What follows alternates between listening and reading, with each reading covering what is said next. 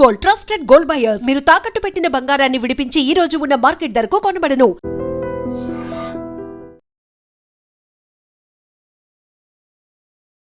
నమస్కారం, welcome to I dream. ధర్మ మార్గం విత్ విజిత కార్యక్రమానికి స్వాగతం.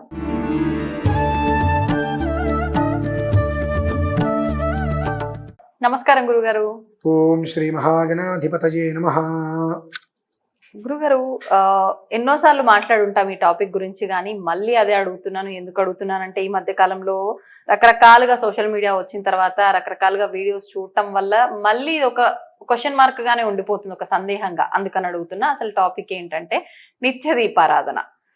ఖచ్చితంగా ప్రతి నిత్యం ప్రతి ఇంట్లో కూడా నిత్య దీపారాధన అనేది జరుగుతూనే ఉండాలి అని చెప్పి అంటారు. అసలు ఎందుకు, ఎలా చెయ్యాలి ఆ దీపారాధన? ఎందుకు అనే దానికి ముందు తెలుసుకుందాం. కడుపే కైలాసం, ఇల్లే వైకుంఠం అంటాం. మనకు చక్కటి ఆనందాన్ని ఇచ్చేది, నీడనిచ్చేది, నిలువనిచ్చేది, సంతోషాన్ని ఇచ్చేది అన్నీ కూడా ఇల్లే. అద్దింట్లో ఉన్నావా, సొంతింట్లో ఉన్నావా పక్కన పెట్టాయి. అవును. కానీ ఆ గోడ అడ్డం లేకపోతే బయట నుంచి మట్టి మొత్తం మన ఇంట్లోకి వస్తుంది. ఆ గోడ అడ్డంటే ఏది రాదుగా. సో ఆ గోడే మనకు ఇల్లు. సో ఆ ఇంట్లో బయట ఎంత వర్షం వచ్చిన లోపల హాయిగా ఉంటుంది. ఆ ఇల్లు మనల్ని కాపాడుతుంది అంటే సాక్షాత్తు త్రిమూర్తులు ముగ్గురు అక్కడ ఉన్నట్టే. అందుకనే అనునిత్యం పొద్దున్నే సూర్యోదయాత్ పూర్వం దీపారాధన చెయ్యాలి. సరే, ఇప్పుడు కరెక్ట్ అంటే దీపారాధన చేయడానికి అర్హత లేదు, దీపారాధన చేయలేకపోతే ఏమిటి? చాలా మంది శ్మశానంలో దీపం ఉండదు అంటారు. చాలా అబద్ధం. అది అగ్నిహోత్రమే ఉంటుంది శ్మశానంలో. శ్మశానానికి దీపం పెట్టరు కదా అని అంటారు. చాలా అబద్ధమైన మాట అది. శ్మశానంలో సాక్షాత్తు అగ్నిహోత్రమే ఉంటుంది. ఇక దీపంతో సంబంధం ఉంది అక్కడ. అయినా ఇంటిని శ్మశానంతో ఎందుకు పోల్చాలి? చెప్తున్నాను. ఎప్పుడైతే అసలు ఇంటిని శ్మశానంతో పోల్చకూడదండి. శ్మశానం గొప్పది ఇంటికన్నా. ఎందుకని? ఇంటికన్నా శ్మశానం చాలా గొప్పది. శివుడు ఉంటాడు. మన ఆఖరి మధ్యలో ఏది చెప్పండి? ఆఖరి మధ్యలో ఏది? అదే కదా. నువ్వు ఎంత బంగళా కట్టుకున్నా, ఏం చేసినా చివరికి నువ్వు వెళ్ళేది అక్కడికే కదా. నీకు వాడు తోడు ఉంటాడు అక్కడ. కాబట్టి ఆఖరి మధ్యలో ఏది? మీరు సినిమాకి వెళ్తారు, షికారుకి వెళ్తారు, అన్ని చోట్లకి వెళ్తారు. సరదాగా శ్మశానానికి వెళ్ళొస్తారా? వెళ్తారు కదా. చివరికి మనం వెళ్ళాల్సింది అక్కడే జీవితకాలం. అంటే ఇంటికన్నా చాలా గొప్పదండి అది. అంటే ఇంట్లోంచి మనల్ని బయటికి గెట్టేసినా అది రాయని చెప్పి ముద్దాడుతుంది. ఫస్ట్ చాలామంది నాకు గజం భూమి కూడా లేదంటూ ఉంటారు. నేను నవ్వుకుంటా, ఏమయ్యా నీకు 6 గజాలు భూమి ముందు నీ నిదుటి మీద రాసిన తర్వాత నువ్వు భూమి మీదకి వస్తున్నావయ్యా అని. అంతే కదండి. కానీ అది శాశ్వతం ఏమి కాదు కదా. అది కూడా పొడమిలోకి ఇద్దరు వెళ్ళిపోతున్నావు కదా. నువ్వు శాశ్వతం, నీకు శాశ్వతం కాకపోవచ్చు. నువ్వు శాశ్వతం, అది అనేక మందికి శాశ్వతం, అనేక మందికి అది అశాశ్వతం అవ్వచ్చేమో. నువ్వు శాశ్వతం, నీకు శాశ్వతం కాకపోవచ్చు. అది మనం గమనించుకోవాలి. అంటే ఎందుకు వచ్చిందంటే ఈ మాట, ఏ ఇంట్లో అయితే దీపారాధన చేయరో ఆ ఇంట్లో నిత్యము కూడా కర్మ చేస్తున్నట్టే అమ్మ. చనిపోయిన వ్యక్తికి కర్మ చేసేటప్పుడు ఇంటి ముందు ముగ్గు వేయకుండా ఇవి ఉంటాయి కొన్ని. అలా ముందు రోజు కొంతమంది రాత్రి కూడా ముగ్గు వేసేస్తారు చాలా మంది. ఉదయం పూట లేచిన తర్వాత ఇంటి ముందు ముగ్గు వేసుకోవాలి, స్నానం చేసి దీపారాధన చేసుకోవాలి. ఈ విధానాన్ని చాలా తక్కువ మంది అనుసరిస్తూ ఉంటారు. లేద్దాంలే 7ంటికి లేద్దాంలే. 7 గంటలకు లేచి స్నానం చేసేటువంటిది రాక్షస కృత్యం, దైవ కృత్యం కాదమ్మా. కాబట్టి వాళ్ళకి రాక్షస బుద్ధులే వస్తాయి. ఒక మనిషిని హింసించాలని, చికాకులు చేయాలని వస్తాయి. అలానే పుర్రెకో బుద్ధి ఎవడో వెంగళప్ప చెప్పాడని చెప్పి ఆవ నూనెతో, వెప్ప నూనెతో ఇంట్లో దీపాలు పెడుతూ ఉంటారు. దీనివల్ల ఈ వెప్ప నూనెతోటి, ఆవ నూనెతో ఒక విధానం ఉంది, ఎప్పుడు పడితే అప్పుడు చేయకూడదు. అట్లా కాకుండా నిత్యం ఇంట్లో ఆవ నూనెను, వెప్ప నూనెను, వేప నూనె వీటితోటి దీపారాధన పెడతారు. ఇవి ఎప్పుడైతే నువ్వు ఇంట్లో నిత్యం పెట్టడం మొదలు పెట్టావో బయట ఉండేటువంటి ఎన్నో రకాలైనటువంటి నెగిటివ్ శక్తులు, దుష్ట ప్రయోగాలు చేసేటువంటి విధానాల శక్తులు ఏవైతే ఆకర్షించుకుంటూ నీ ఇంటికి వస్తాయి. నీ ఇంట్లో ఉన్నాయి నువ్వు ఎప్పుడు తెలుస్తాయి తెలుసా అండి? 24/7 ఇల్లు ఎప్పుడు చంద్రవంతరంగా ఉంటుంది. అంటే బాగా గుర్తు, మనం బట్టలు దండం నుంచి తీస్తే వెంటనే మడత పెట్టేస్తుంటాం.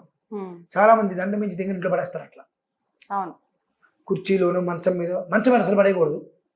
మనం కట్టుకునే బట్టలు మంచం మీద పెట్టకూడదు, ఇలా పడేస్తుంటాం. ఎప్పుడైతే కనుక ఆ దండం మించి తీసి మంచం మీద కానీ కుర్చీలో కానీ పడేసామో దరిద్రదేవి, దరిద్ర పెద్దమ్మ అంటారు ఆవిడ్ని, జ్యేష్ఠాదేవి. ఆవిడ ఇంట్లోకి వచ్చేస్తుంది. ఆవిడ ఇంట్లోకి వచ్చిన తర్వాత నీకు బద్ధకం పెరిగిపోతుంది, చేయలేవు. నన్ను మడత పెట్టాలి, నాకు సేపాకి మడత పెడతాను, రేపు చేద్దాంలే. ఇల్లంతా ఎప్పుడు చిందరవందరగా ఉంటుంది. ఒక చక్కగా ప్రణాళికగా ఎక్కడికక్కడ సర్దేసి నీట్గా ఉండదు. ఎక్కడ దుమ్ము ధూళి చికాకు అంతా ఉంటూనే ఉంటుంది. అదంతా ఎక్కడైతే ఉంటుందో ఒక దరిద్ర పెద్దమ్మ అమాంతం లోపలికి వస్తుంది. ఆవిడ ఎప్పుడైతే లోపలికి వస్తుందో నీకు సూర్యోదయ పూర్వం దీపారాధన చేయాలని ధ్యాస పోతుంది. ఉద్దీప్యస్ఫుజాతవేద పగ్రహం నిరేతిమ్మమా పుషోగుశ్చ మహ్యమావహ జీవనం చ దిశోదశ. ఆ దీపారాధన అనునిత్యము నువ్వు చేయటం వలన నీ జీవనం అనేటువంటిది ఆ భగవంతుడు దశ దిశలు వ్యాప్తి చెందుతాడు, వ్యాప్తి చెందేలా చేస్తాడు.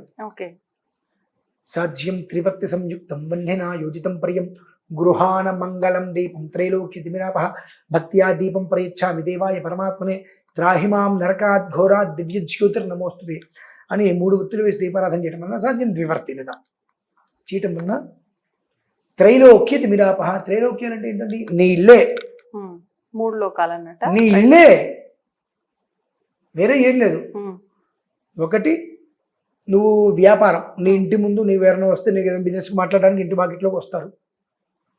2 నువ్వు శుభ్రంగా కడుపుండా తినేటువంటిది, వంట చేసుకునేటువంటిది అది దేవాలయం ఒకటి.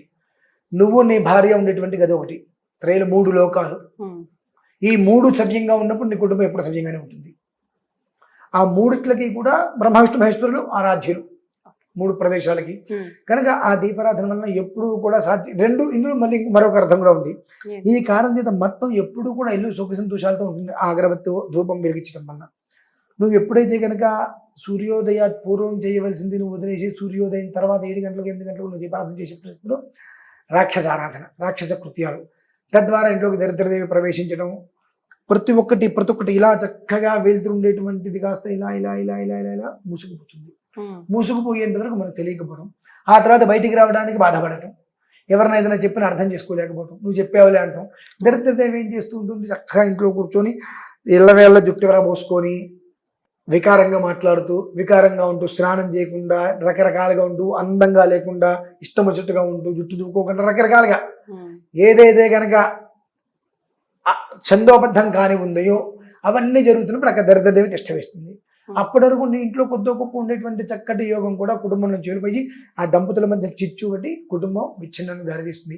అది కాకుండా ఉంటూ ఎప్పుడు స్థిరంగా లక్ష్మీదేవి ఇంటూ ఉండి సుఖంగా ఉండాలి అంటే ఆవు నెయ్యి లేదా నువ్వుల నుండి సూర్యోదయ పూర్వం దీపారాధన చేసుకుని ఆచమ్య కేశవాయ స్వహ నారాయణ స్వ అంటే రిపీట్ ఇంట్లో అన్ని ఏర్పాటు చేసుకుని ఆచమ్య కేశవాయ స్వహ నారాయణ స్వహ మాధవాయ స్వ అని చెప్పి 3 సార్లు ఆచమనం చేసి దీపారాధన చేసుకో. ఇంటి వరకు ధూపం వెలిగించు, అక్కడితో జీవితం బాగుంటుంది. అంటే ఈ ఆచమనం ఇవన్నీ ఖచ్చితంగా చేసుకోవాల్సిందేనా నిత్య దీపారాధనకు కూడా? ఆచమనం చేయకుండా దీపారాధన అనర్హత. ఆచమనం అంటే ఏం లేదమ్మా, కేశవాయ స్వహ నారాయణ స్వహ మాధవాయ స్వహ 3 సార్లు జీవితం నీళ్ళు పోసుకోవడం వలన అమృతం ఉంటుంది. పొద్దున్నే గ్లాసు మంచిది తాగడం కాదు, ఆ 3 సార్లు జీవితంలో పోసుకోవడం వలన ఆ స్వామివారి యొక్క తీర్థం మంత్రోదకం అనేటువంటి లోపలికి వెళ్ళి శరీరాన్ని ఉత్తేజపరుస్తుంది. ఒకసారి రేపు ఉదయం మీరు ట్రై చేయండి, మీకు క్లారిటీ వస్తుంది. ఇప్పుడు నేను చెప్పడం మీకు అనుభవించడం ఒక తేడా ఉంటుంది. ఒక్కటే రోజుకి ఆ తేడా తెలుస్తుంది. వెంటనే వాళ్ళు చేస్తే ఎప్పటికీ మీకు తేడా తెలిసిపోతుంది. ఎండలు ఇంట్లోకి వచ్చారు, ఏసీలోకి రంగన తేడా తెలుస్తుంది తెలీదా? వెంటనే తెలిసిపోతుంది. ఆ తర్వాత వాళ్ళే మానరు చేసుకుంటూ వస్తారు.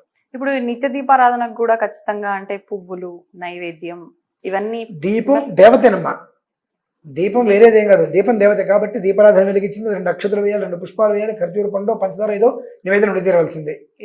ఏది ఖచ్చితంగా దీపారాధన వెలిగింది. జ్యోతిష్పతి త్వా సాధయామి జ్యోతిష్కృతం త్వా సాధయామి. ఆ భగవంతుని జ్యోతి రూపంలో మనం చూసుకోవడం.